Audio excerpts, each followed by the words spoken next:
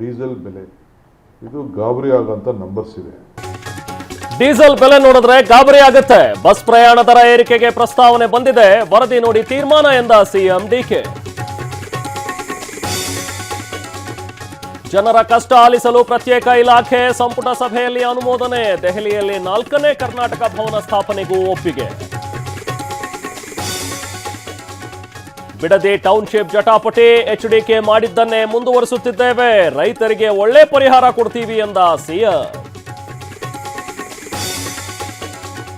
ಅಮಿತ್ ಶಾ ಕಾರ್ಯಕ್ರಮದಲ್ಲಿ ಎಂಇಎಸ್ ಪುಂಡಾಟ, ಭಾಷಣಕ್ಕೆ ಅಡ್ಡಿಪಡಿಸಲು ಯತ್ನ. ಬೆಳಗಾವಿ ಗಡಿ ವಿವಾದ ಘೋಷಣೆ ಕೂಗಿ ಕಿರ್ರೇಕ್. ನಾಳೆ ದೇಶದಾದ್ಯಂತ ನೀಟ್ ಮರುಪರೀಕ್ಷೆ, 2.5 ಲಕ್ಷಕ್ಕೂ ಹೆಚ್ಚು ಭದ್ರತಾ ಸಿಬ್ಬಂದಿ ಸಜ್ಜು. ಇಂದು ಜಿಲ್ಲೆಗಳಲ್ಲೂ ತಯಾರಿ.